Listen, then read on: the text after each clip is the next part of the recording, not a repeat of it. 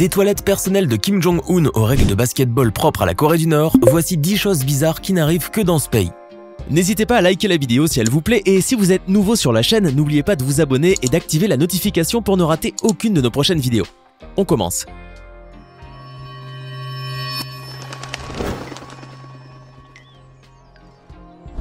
Quand Kim Jong-un voyage quelque part, il dispose naturellement de toutes les commodités nécessaires, naturellement. Mais le leader nord-coréen a quelques exigences bien particulières pour ses déplacements et prend toutes ses précautions, y compris lorsqu'il s'agit d'aller aux toilettes. Bien entendu, il peut arriver à Kim Jong-un d'avoir une envie pressante et ressentir le besoin urgent d'aller au petit coin lorsqu'il est en route.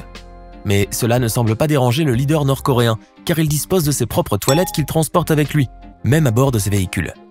Il peut donc se soulager n'importe où à n'importe quel moment. Cette extravagance n'a fait qu'accentuer encore plus le côté curieux et singulier de Kim Jong-un qui refuserait d'utiliser des toilettes publiques, que ce soit dans son pays ou ailleurs.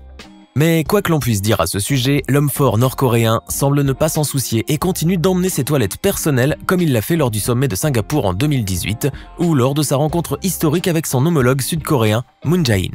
De cette manière, il peut être certain de ne pas laisser ses déjections à la portée de tous et d'empêcher ainsi que l'on découvre des secrets sur sa santé ou d'autres informations intéressantes sur lui. Jamais sans ses toilettes, Kim Jong-un n'en sera que plus tranquille. En tant qu'épouse du leader nord-coréen, Ri Sol-ju aurait droit au grand luxe et à toutes les fastes inimaginables. Et comme toute jeune femme mariée et mère de famille, elle doit aspirer à une vie joyeuse auprès de son époux et de ses enfants. Néanmoins, Ri Sol-ju est soumise à un ensemble de règles strictes qu'elle doit suivre. En effet, cette ancienne pom-pom girl qui aurait épousé Kim Jong-un en 2012 a d'abord été forcée de changer de nom après son mariage. Elle n'a pas non plus le droit de visiter les membres de sa famille, ni de quitter la Corée du Nord et encore moins de multiplier les apparitions en public ou les activités. Quant à son style vestimentaire et sa coiffure, ils sont soigneusement choisis et sont plutôt traditionnels. Eh bien, on peut dire que l'épouse de Kim Jong-un a fini par prendre ses habitudes.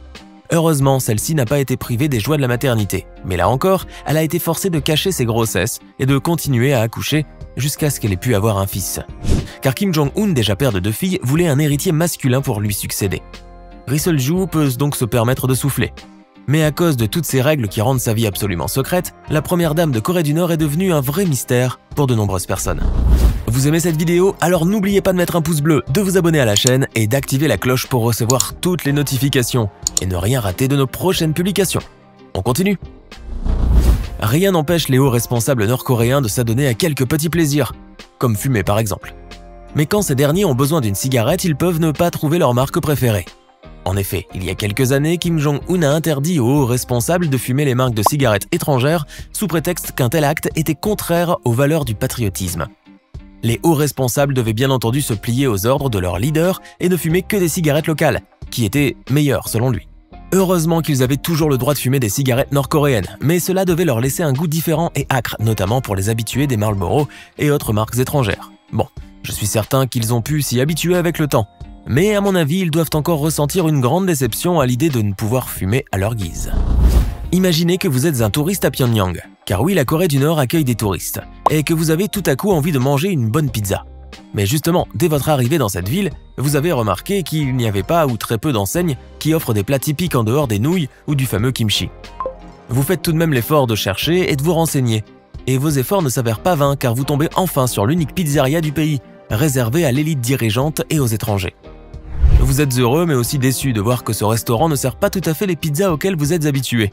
Normal puisque la pizza n'a fait son entrée dans ce pays qu'en 2008 sous l'initiative de l'ancien dictateur Kim Jong-il qui apparemment aimait bien ce mets italien. Cela ne vous empêche pas de savourer votre pizza concoctée par un chef qui a été formé en Italie. Un vrai privilège pour ce Nord-Coréen qui a été autorisé à quitter le pays. Vous savourez donc votre pizza tout en regardant défiler sur les écrans de télévision des images d'avions militaires ou bien en vous divertissant grâce au karaoké. En voilà une expérience qui vous a laissé un goût bizarre dans la bouche.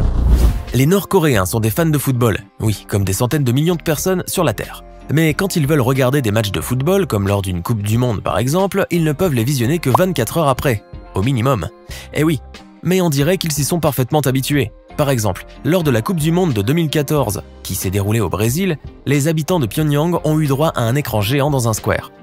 Ils ont pu donc regarder le match qui opposait la Corée du Sud à la Russie, sans oublier la cérémonie d'ouverture et d'autres matchs qui ont eu lieu, après plus de 24 heures.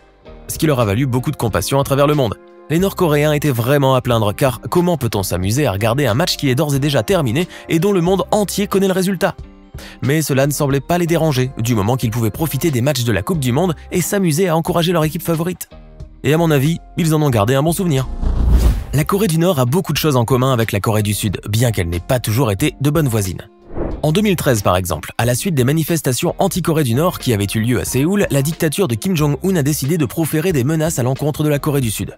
Le problème, c'est qu'elle ne disposait pas de moyens assez efficaces pour le faire. En effet, la Corée du Nord n'utilisait pas le courriel. De plus, elle avait coupé sa seule ligne téléphonique officielle avec sa voisine du Sud à la suite de quelques tensions. Mais la Corée du Nord avait toujours une bonne solution à sa disposition, le fax. Grâce à cela, elle a pu menacer la Corée du Sud de lancer une frappe impitoyable sans préavis. Bien entendu, cela lui a valu une réplique de la Corée du Sud qui a daigné répondre par fax aussi. Le pays de Kim Jong-un pouvait donc être sûr que son message était bien arrivé à destination. Mais il n'empêche que cela n'avait fait qu'accentuer encore plus son image de pays arriéré. Les Nord-Coréens sont des citoyens fidèles au régime. En effet, lors des élections législatives qui ont lieu tous les 5 ans, ils se rendent au bureau de vote afin d'élire les candidats qui deviendront membres de l'Assemblée populaire suprême, c'est-à-dire le Parlement nord-coréen. Sauf que les habitants de ce pays ne peuvent pas vraiment choisir leur candidat favori, comme cela se passe un peu partout ailleurs dans le monde. Car à vrai dire, il n'y a qu'un seul candidat par circonscription. Malgré cela, les Nord-Coréens répondent à leurs obligations et vont voter. À l'annonce des résultats, ils peuvent enfin connaître officiellement le nom du candidat de leur circonscription, lequel aura obtenu 100% des voix. Bon, cette annonce peut en décevoir certains, mais cela ne les empêche pas d'être heureux et satisfaits d'avoir accompli leur devoir. D'ailleurs, cette participation au vote, considérée plutôt comme un rituel obligatoire dans ce pays, n'aura fait que renforcer la loyauté des Nord-Coréens envers leur régime. Kim Jong-un est un grand fan de basketball. La preuve, il a toujours été un fervent supporter des Chicago Bulls. De plus, il est ami avec le basketteur Dennis Rodman. En revanche, lorsque le leader veut regarder un bon match de basket dans son pays, il doit certainement ressentir beaucoup de frustration en raison du niveau de jeu des basketteurs nord-coréens. Mais Kim Jong-un n'y est pas allé par 4 chemins. En effet, pour remédier à cette situation inconfortable, il a établi ses propres règles de basketball. Ainsi donc, en Corée du Nord, les paniers inscrits lors des 3 dernières minutes de la rencontre valent 8 points. Si le ballon rentre sans toucher l'arceau, les tirs à 3 points en valent 4. Les dunks valent 3 points. Enfin, un lancer franc manqué fait perdre 1 point. Grâce à ses propres règles, Kim Jong-un peut donc se délecter de bons matchs de basket comme il les aime, et même changer le score de son équipe favorite s'il le souhaite. Toutefois, il peut être sûr et certain que ces règles ne dépasseront pas la frontière nord-coréenne, car qui voudra disputer un match de basket à l'international avec de telles règles? Il peut cependant se contenter de regarder des matchs tranquillement chez lui. Quoi qu'il en soit, Kim Jong-un a prouvé qu'il n'était pas seulement un dictateur, car sa passion pour le basket a dévoilé son âme sportive. Vous voilà à nouveau dans la peau du touriste qui visite la Corée du Nord, un pays qui vous fascine finalement. Curieux de savoir ce que cache ce pays au régime spécial, vous décidez de vous rendre en province.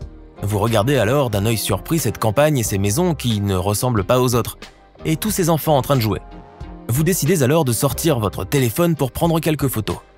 Et voilà, vous venez de prendre de belles photos souvenirs, mais soudain, quelqu'un s'approche de vous et vous demande d'arrêter immédiatement et de supprimer les photos que vous venez de prendre.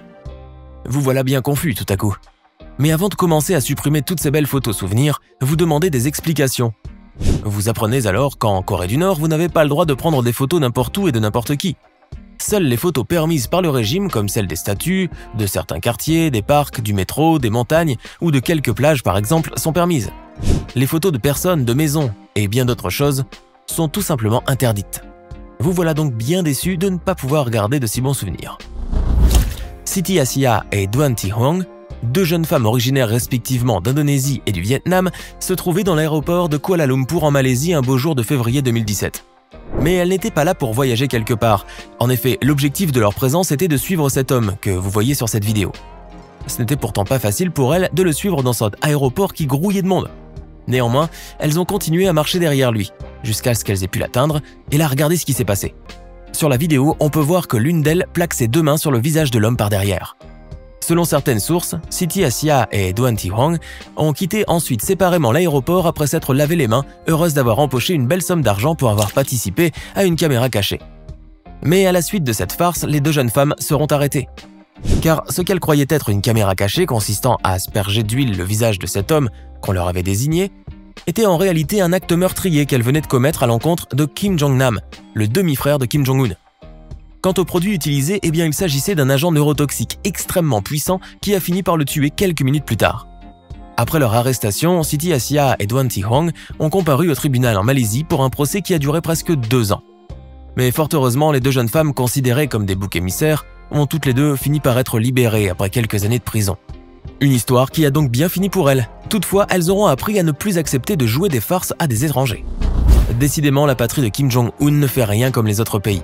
Vous venez de découvrir 10 choses bizarres qui n'arrivent qu'en Corée du Nord. Mais bien entendu, ce ne sont pas les seules bizarreries qui existent dans ce pays. En connaissez-vous d'autres? Laissez-nous vos réponses dans les commentaires et comme toujours, n'oubliez pas de vous abonner, de liker et de partager cette vidéo.